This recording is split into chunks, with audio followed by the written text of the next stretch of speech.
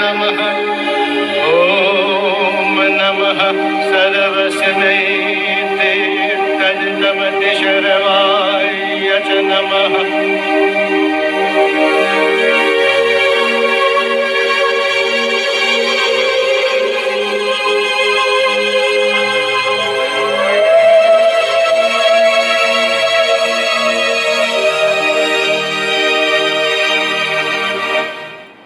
Mantras of our Lord Sri Aurobindo. Our Lord Sri Aurobindo says it is not against the principle of yogic life to know what is happening in the world. What is un-yogic is to be attached to these things and not able to do without them, or to think of them as a matter of main importance.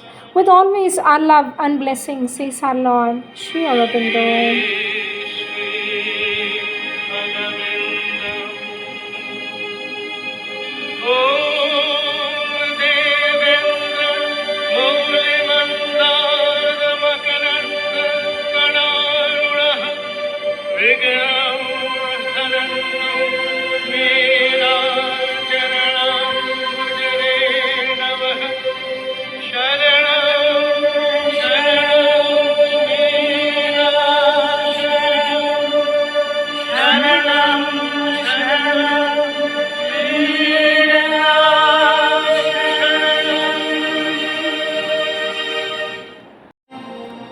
Sri Aurobindo's Savitri, Book 4, The Book of Birth and Quest, Canto 3, The Call to the Quest, page 420. Again, the mighty yearning raised its flame that asks a perfect life on earth for men, and prays for certainty in the uncertain mind, and shadowless bliss for suffering human hearts, and truth embodied in an ignorant world, and Godhead divinizing mortal forms, a word that leaped from some far sky of thought, admitted by the cowl's receiving scribe, traversed the echoing passages of his brain and left its stamp on the recording cells. O force compelled, fate-driven earth-born race, O petty adventurers in an infinite world, and prisoners of a dwarf humanity, how long will you tread the circling tracks of mind around your little self and petty things? But not for a changeless littleness were you meant, not for vain repetition were you built. Out of the immortal substance you were made. Your actions can be swift, revealing steps. Your life a changeful mouth for growing gods, a seer, a strong creator is within. The immaculate grandeur broods upon your days. Almighty powers are shut in nature's cells. A greater destiny awaits you in your front. This transient earthly being, if he wills, can fit his axe to a transcendent scheme. He who now stares at the world with ignorant eyes, hardly from the inconscious night aroused, that look at images and not at truth, can fill those orbs with an immortal sight. Yet shall the Godhead grow within your hearts, you shall awake into the Spirit's air and feel the breaking walls of mortal mind and hear the message which left life's heart dumb, and look through nature with sun-gazing lip and blow your conch shells at the eternal scale.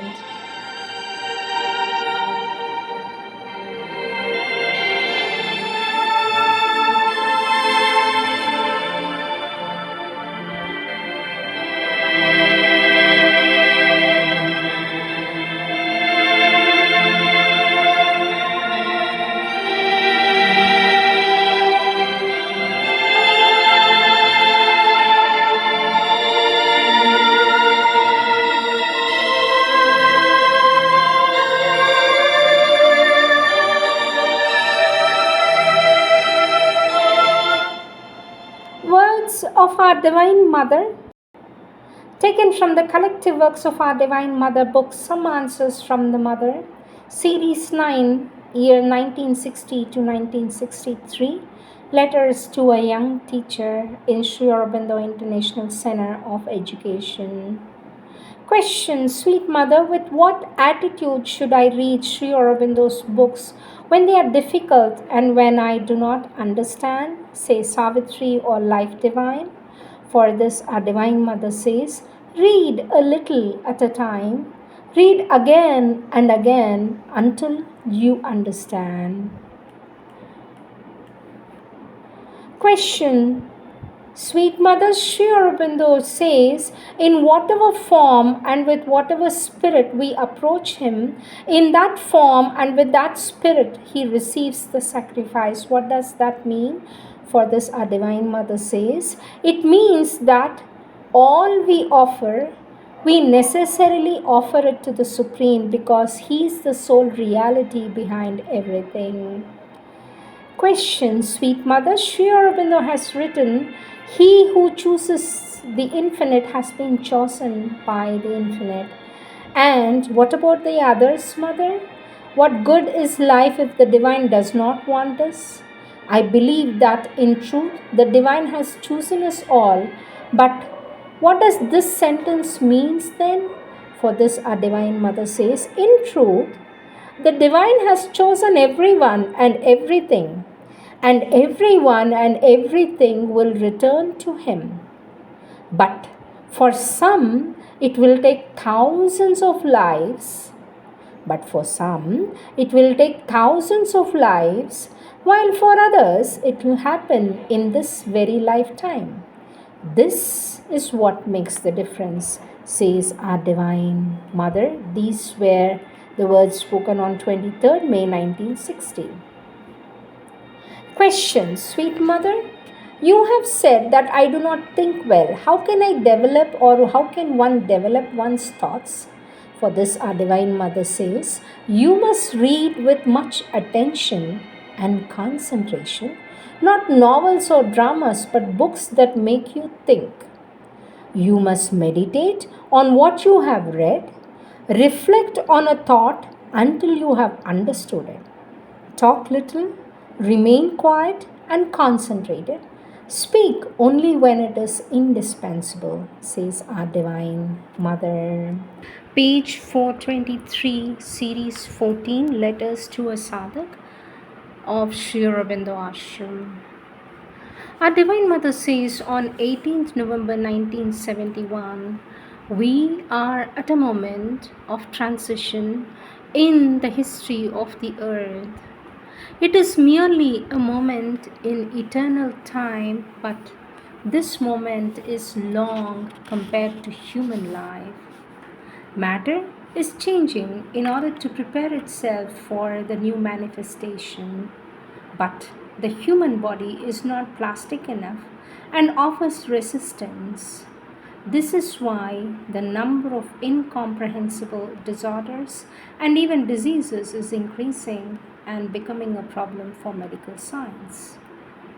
The remedy lies, says our Divine Mother, the remedy lies in union with the divine forces that are at work and a receptivity full of trust and peace which makes the task easier.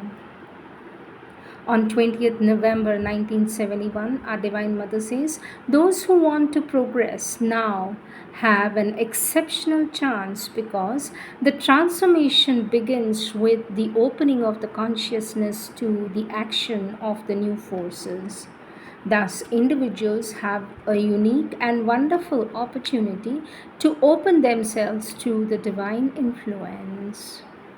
The purpose of individual existence is the joy of discovering the divine and uniting with him. When one has understood this, then one is ready to gain the strength to surmount all difficulties. A victory won over the lower nature gives a deeper and more lasting joy than any external success. A Divine Mother says, Sri Aurobindo has revealed to us a few of the marvels that the future will bring to the earth and has encouraged us to prepare ourselves for it. Each one, says our Divine Mother, each one has his ego, and all the egos are at odds with one another. It's only when one gets rid of the ego that one becomes a free being. To be free, one must belong only to the divine, says our Divine Mother.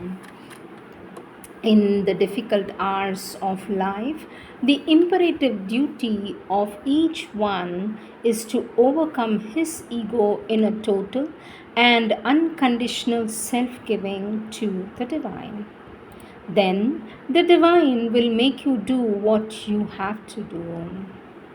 Our Divine Mother says, Supreme Lord, infinite wisdom, at this perilous hour when egoisms are at odds and asserting themselves, the only safety lies in taking refuge in the grant that nothing in us may be an obstacle to the fulfillment of thy will. Grant that we may become conscious and effective collaborators in the fulfillment of thy will.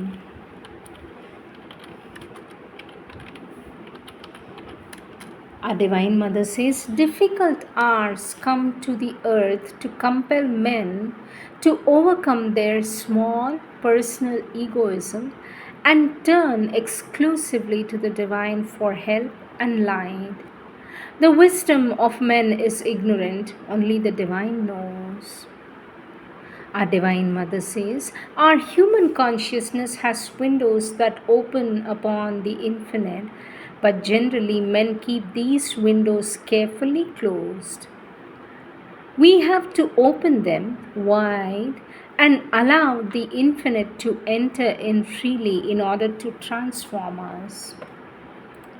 Two conditions, says our Divine Mother, two conditions are necessary to open the windows.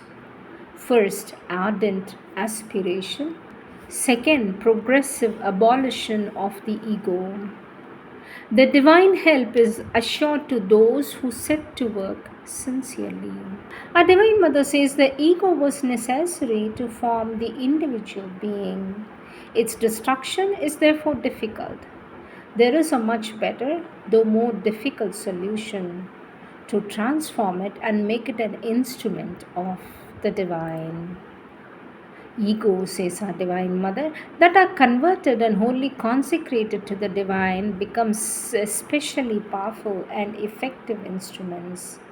The endeavor is difficult and demands an absolute and steadfast sincerity, but for those who have a strong will, an ardent aspiration, and an unshakable sincerity, it is well worth undertaking. Our Divine Mother says the method for each individual is worked out as the activity proceeds, for each ego has its own character and needs a particular method. The only qualities indispensable for all are absolute perseverance and sincerity. The least tendency to deceive oneself makes success impossible. Our Divine Mother says for you, the best way to begin is to find your psychic being, to concentrate on it by making it the witness of all your inner moments and the judge of all that you should or should not do, and to strive to submit your external nature to its decisions. Our Divine Mother says the psychic being is the individual sheath of the divine presence. It is found deep within oneself beyond all thoughts. Our Divine Mother says the psychic being is the individual sheath of the divine presence. It is found deep within oneself beyond all thoughts. Communications from the psychic do not come in a mental form. They are not ideas or reasonings, they have their own character, quite distinct from the mind, something like a feeling that comprehends itself and acts. But its very nature, the psychic is calm, quiet, and luminous, understanding and generous, wide and progressive. Its constant effort is to understand and progress. The mind describes and explains, the psychic sees and understands. Our Divine Mother says the psychic is conscious of its progressive formation during successive lives upon earth. So it has the memory of the important moments of its previous lives. The more the psychic has taken part in these physical lives on earth, the more numerous and precise its memories are. Feeling alone, says our Divine Mother, in the midst of human beings is a sign that you are beginning to feel the need to find in your own being contact with the Divine Presence. So, you must concentrate in silence and try to enter into deep within to discover the Divine Presence in the depths of your consciousness beyond all mental activity. Our Divine Mother says there comes a moment when life becomes intolerable without the Divine's presence. Therefore, give yourself entirely to the Divine and you will emerge into the light. One moment of conscious communion with the Divine can shatter all resistance, however powerful it may be. In silence lies the greatest receptivity, and in an immobile silence, the vastest action is done. Let us learn to be silent so that the Lord may make use of us. Our Divine Mother says, we shall have made a great leap towards realization when we have driven all defeatism out of our consciousness. It is by perfecting our faith in the divine grace that we shall be able to conquer the defeatism of the subconscious. Total union and the perfect manifestation of the divine are the sole means of putting an end to the suffering and misery of the physical world, which are the cause of subconscious pessimism. It is only in perfect union with the divine that the consciousness can emerge into the eternal delight. And this cosmic union is the true goal of earthly existence. To know why we live, says our Divine Mother, to know why we live, that's discovery of the divine and conscious union with the divine. The aspiration to concentrate solely on this realization, to know how to transform all circumstances into a means of reaching this goal. Prayer given by our Divine Mother on 24th December 1971. O Lord, awaken in me the ardent desire to know you. I aspire to consecrate my life to your service. Our Divine Mother says the best thing we can do to express our gratitude is to overcome all egoism in ourselves and make a constant effort towards this transformation. Human egoism refuses to abdicate on the grounds that others are not transformed, but that is the stronghold of bad will. For each one's duty is to transform himself regardless of what others may do. If men knew that this transformation, the abolition of egoism, is the only way to gain constant peace and delight, they would consent to make the necessary effort. This then is the conviction, that must awaken in them. Everyone should repeatedly be told, abolish your ego and peace will reign in you. The divine help always responds to a sincere aspiration. Our Divine Mother says human beings could be classified upon four principal categories according to the attitude they take in life. First, those who live for themselves, they consider everything in relation to themselves and act accordingly. The vast majority of men are like this. Second, those who give their love to another human being and live for him. As a result, everything naturally depends on the person one chooses to love.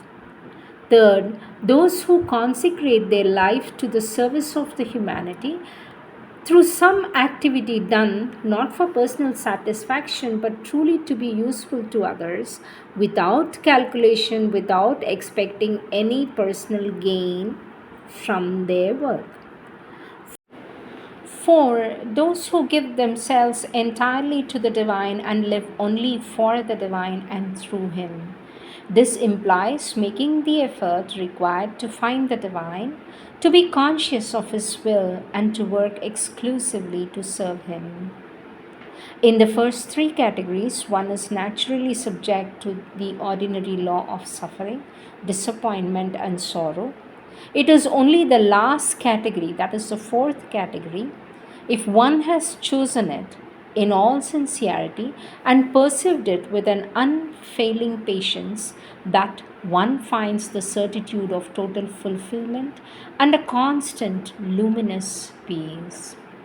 Our Divine Mother says, do not live to be happy, live to serve the divine, and the happiness you enjoy will exceed all expectations.